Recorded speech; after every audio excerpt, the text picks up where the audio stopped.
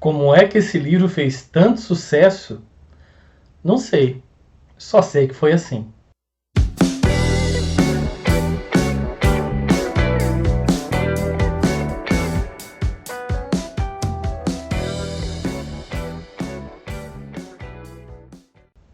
Fala pessoal, tudo bem? Sejam bem-vindos a mais um vídeo aqui da Acrópole.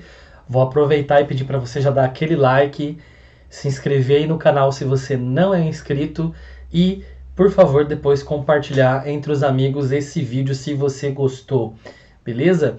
Vou falar hoje sobre um livro que, no geral, dispensa apresentações, mas me propus a falar dele porque é uma obra importante da literatura nacional. Falo do Alto da Compadecida, do Ariano Suassuna, que é um livro sensacional, um livro que ficou muito famoso porque ganhou uma adaptação na televisão, depois para o cinema, e assim, conquistou um público enorme.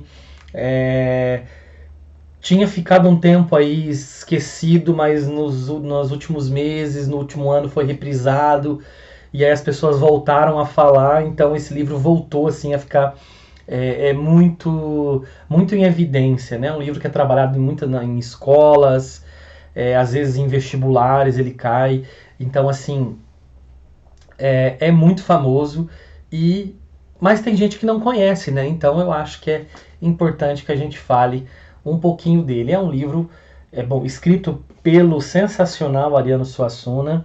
Se você não conhece o Ariano Suassuna, é um dramaturgo, escritor brasileiro, já falecido, infelizmente, né? Nascido na Paraíba, mas tendo quase todo o seu percurso artístico relacionado com o estado do Pernambuco, né? Era uma figura esplendorosa nas suas palestras e intervenções.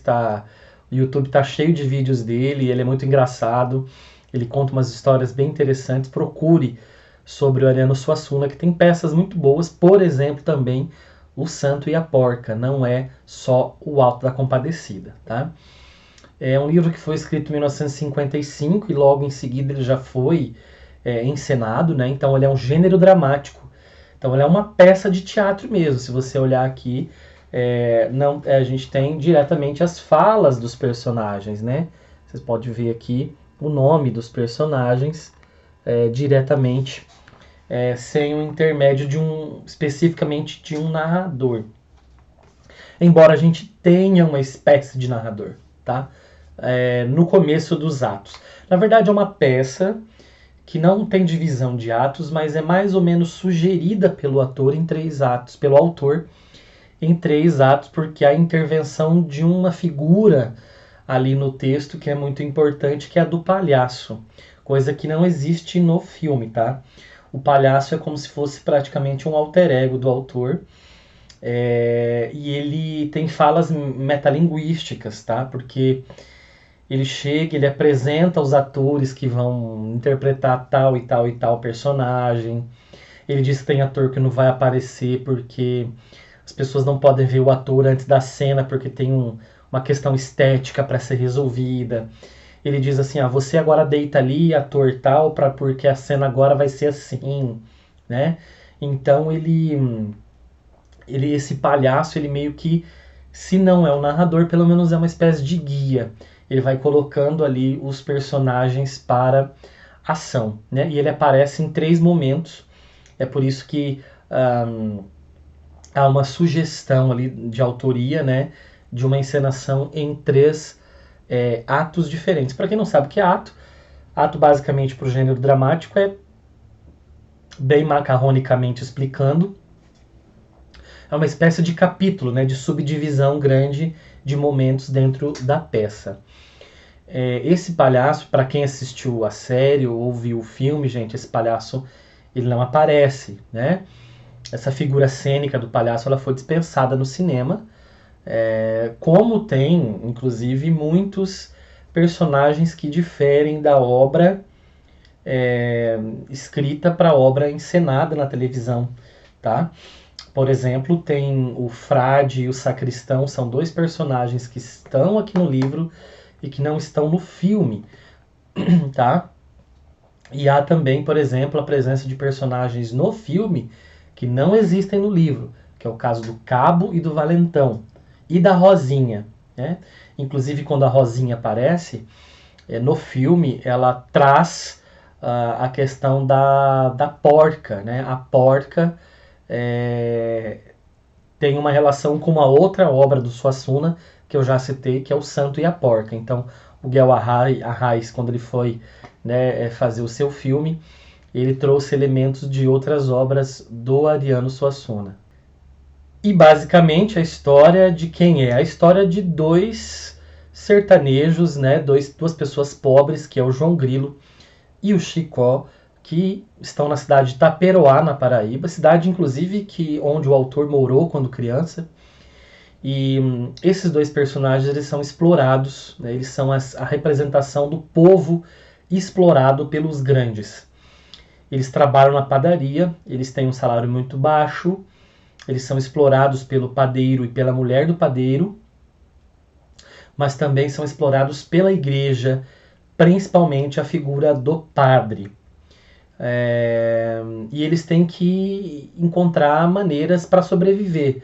O João Grilo, por exemplo, se torna um grande mentiroso e estrategista para conseguir tirar dinheiro de onde ele conseguir, por exemplo, na bênção de uma cachorra, depois no enterro dessa cachorra, no testamento dela, etc. O Chicó, ele tem a representação das histórias populares, dos causos populares, como histórias de pescador, por exemplo. Ele conta mentiras que são, assim, de cara reconhecíveis como mentiras, porque são histórias extremamente exageradas, como quando ele perseguiu uma garrota e um boi durante dias e noites, atravessando inclusive a galope o Rio São Francisco. Então tem histórias assim muito engraçadas do Chicó que ele conta, que é uma espécie de recolhimento dessas histórias populares. A própria concepção da peça é um recolhimento de histórias populares do cordel. O Ariano Suassuna assume isso no começo, inclusive dá os trechos dessas histórias populares, né? Que é o enterro do cachorro, o cavalo que descomia dinheiro e a história da compadecida. E a gente tem ali o padre e o bispo, que são subservientes à elite, subservientes àqueles que mandam na cidade. Por exemplo, o Major Antônio Moraes, que é uma figura do coronelismo que manda em tudo. Também a questão dos patrões, do padeiro e da mulher.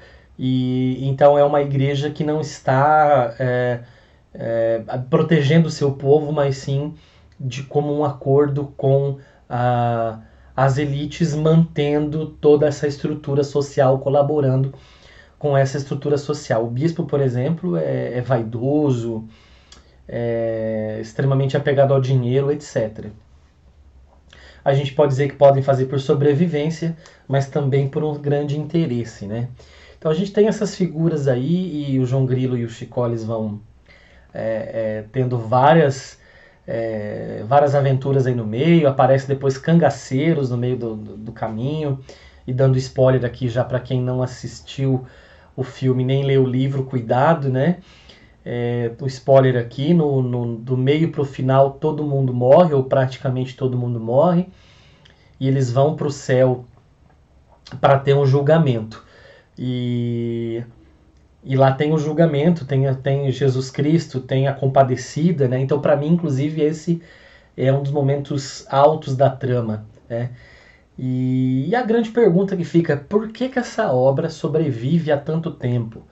Por que esse livro ele tem tanta força e consegue se sustentar e ter leitores interessados durante muito tempo? Para mim, especificamente, esse núcleo de personagens de Taperoá, ele é uma espécie de microcosmos do Brasil. Tá? Tem religiosidade, cultura popular, como as histórias de pescador, por exemplo, a religiosidade muito forte entre os sertanejos, exploração das classes mais pobres, que isso é uma coisa muito... Tudo bem, acontece no mundo todo, mas ele é particularmente muito forte no Brasil, e em rincões do Brasil, e a esperteza dos menores para sobreviver, que é aquela, entre aspas, meio que malandragem brasileira para poder entrar no jogo e sobreviver. Mas também ele tem coisas muito humanas no geral, como crença em outros planos, divisão de classes, amor, traição, guerra, esperança de melhores condições. Eu acho que são questões que ultrapassam o universo do Nordeste brasileiro ou do Brasil, que acabam indo além, né, desse contexto e chegando dentro de uma questão universal, né? Então eu acho que essas são as questões que fazem com que o livro ele sobressaia. É claro, se um estrangeiro lê essa obra, ele vai perder um pouco do pé da cultura brasileira, mas eu acho que ele ainda vai alcançar muita coisa que o livro traz. E é interessante porque geralmente quando as pessoas leem desses livros que são adaptados para o cinema, geralmente a gente faz o caminho do livro para o filme, né?